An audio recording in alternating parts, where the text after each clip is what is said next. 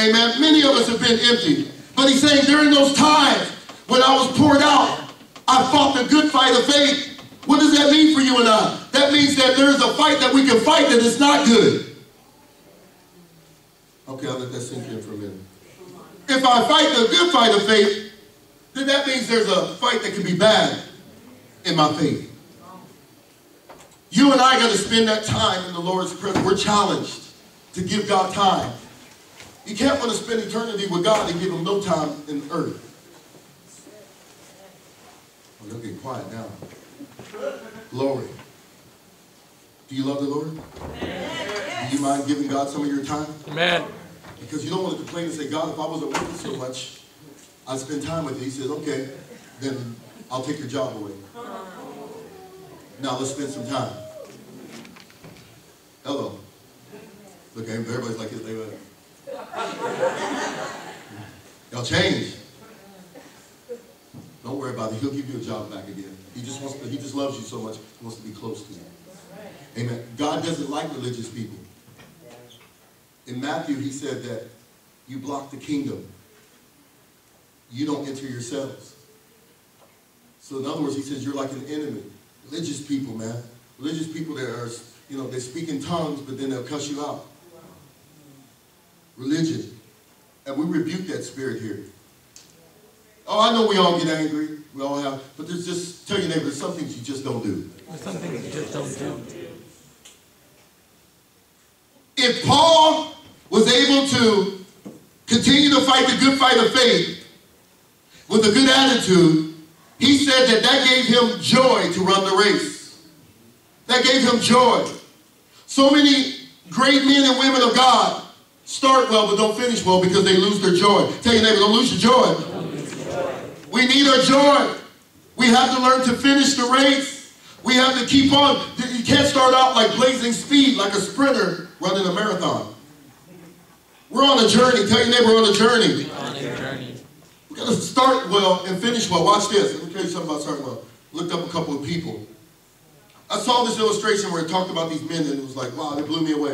In 1945, 3 great men burst onto the scene of preaching and were leading people to Christ by the tens of thousands. They filled stadiums that had over 30,000 people in them in 1945. Their names were Chuck Templeton, Braun Clifford, and Billy Graham. They were all in their mid-20s when they started. Clifford was said by many to be one of the greatest leaders they had ever seen come into the scene in modern times. They said there's nobody like him, nobody preaches like him. He is the man. They said Templeton, though, would be the one that they believed that God would use the most on the earth. That through Chuck Templeton, God was going to do just things that man hadn't seen up to that point in the 40s. They burst on the scene during the World War II, the ending of it, 1945. And here they are preaching it. But it was crazy. They said nothing about Billy Graham. Billy who? Billy Graham. Oh, yeah. Templeton became so popular. Say popular. Popular. You got to be careful when you become popular. I mean, popularity, you always have to stay sober and realize what people like, what they see. This ain't really me. This is what God has done in me. All the glory goes to God. Templeton became so popular that Hollywood wanted him. Hollywood got power because you lust for the money and the lifestyle. Hollywood wanted him bad. After 5 years of filling up stadiums of 30,000 or more, he left the ministry to do radio and TV. And then after about 3 or 4 years after that, he started telling people that Jesus may not be the only way. I believe that he started doing this. This is my personal opinion. I look at it. I believe he was trying to justify himself from walking away from the Lord. 30,000 people in stadiums he was doing. And then you find him saying Jesus is probably not really the only way. There are other ways.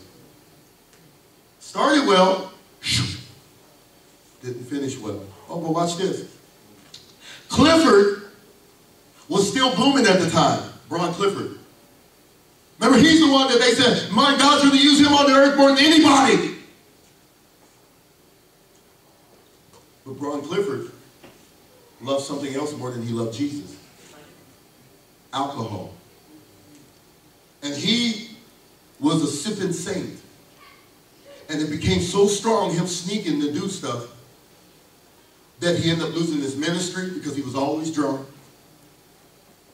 And that he ended up dying at age 35 from liver disease from the alcohol.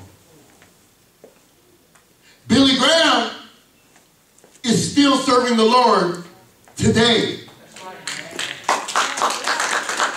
There's another person that we've heard. A lot of people never heard of him.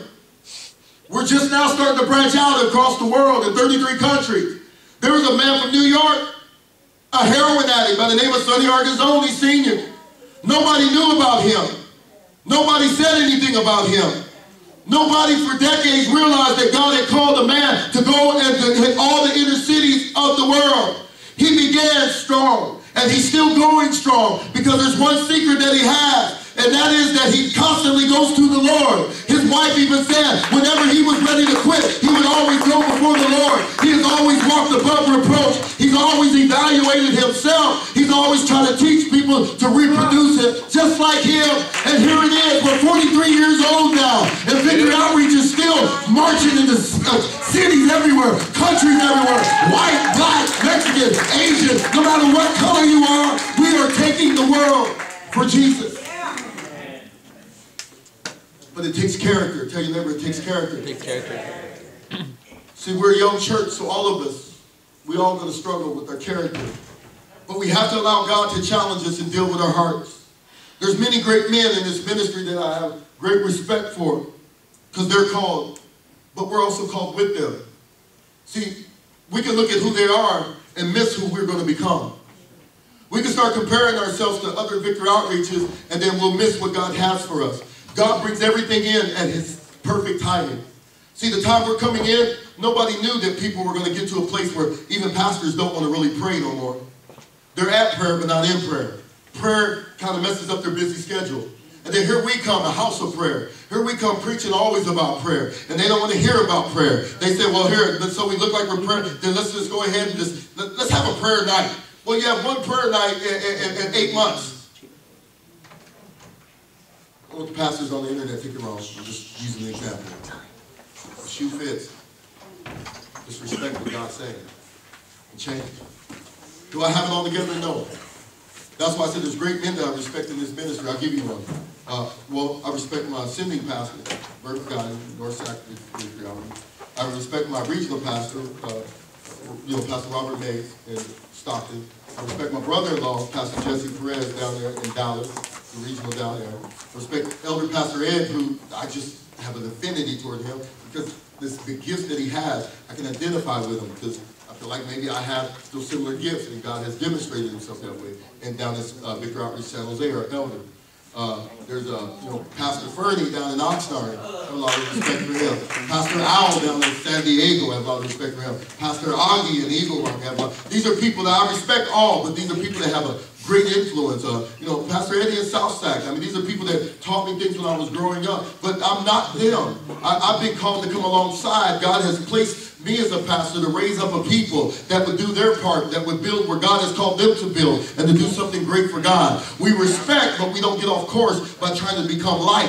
See, we got to have our own identity. We have different cultures in our church. Some churches, they just have only one type of nationality in their church. And if that's what God called them to do and be, then let them be. But you and I were called to be a multi-ethnicity church. So we just got to begin to reach out to any and everybody. The sky's the limits for us. We need people that are white, black, Mexican, Asian, Indian, whatever you are. We need you to reach out into the community, to anybody.